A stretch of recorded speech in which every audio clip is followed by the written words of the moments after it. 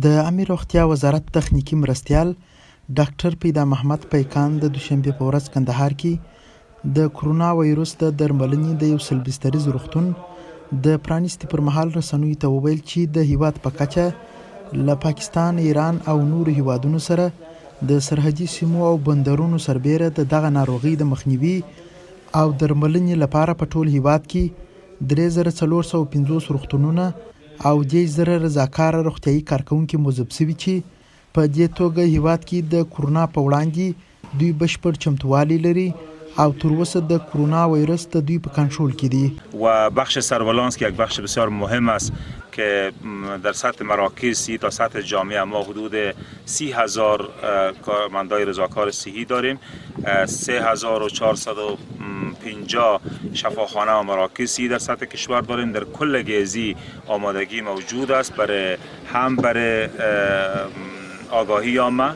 و هم برای کشف واقعات و هم بر رجعت دهی ازی که در ولایات یا در ساحاتی که واردای ایزولیشن ایجاد کرد. ډاکټر پیکان همداراز وویل چې په هیواد کې په کرونا د اخته 21 کسانو له ډلې یو یې هرات کې له درملنې وروسته رخصت شوی او په دغه ناروغي د اخته نورو کسانو روغتیايي وضعیت هم د نورو هیوادونو په شان خطرناک نه دي. امکانات فوق العاده موجود است و هیچ نوع نگرانی از نظر مالی و از نظر امکانات تا فعلا ما مشکل جدی نداریم. ما تقریبا تا امروزی که صحبت میکنیم تقریبا 700 بستر در سطح کشور آمادگی داریم که 21 بستر از به اصطلاح توسط کسایی که مثبت شدن اونا ریزرو شده و یک نفر که در هرات اولین بار مثبت بود او مرخص شده و الحمدلله در بین همین کسایی که تا امروز مثبت است هیچ کدام از این وضعیتش خراب شده به طرف آی سی او حتی انتقال نکرده. اینا با بسیار حالت خفیف است، مثل عادی مریضات تداوی میشه و همه امکانات موجود. سویلي ولایت کندهار کې تر اوسه د کرونا مثبته پیښه نه ده ثبت شوې،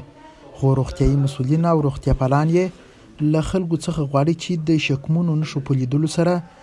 د دوی سره اړیکه کې او له احتیاطه کار واخلي. ځینې ټولنې لرو چې هغه ټولنو څخه د مختلفو اړخو څخه د بهرني هیوادو خصوصا د ایران هیواد څخه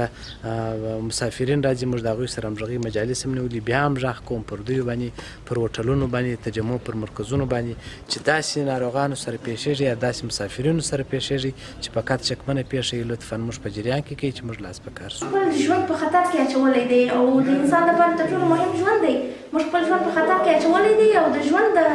په ډاو لګولو سره یا خپل قرباني کولو سره موږ دلته د خلکو خدمت کوو.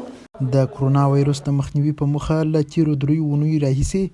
له پاکستان سره هم د سپین بولدک دروازه تړلې ده. د کرونا وایرس 3 میاشتې مخکې د لومړي ځل لپاره په چین کې خپور شو او اوس د نړۍ 120 هیوادونو ته خپور شوی دی. قدرت الله رضوان، میلمه رادیو، کندهار.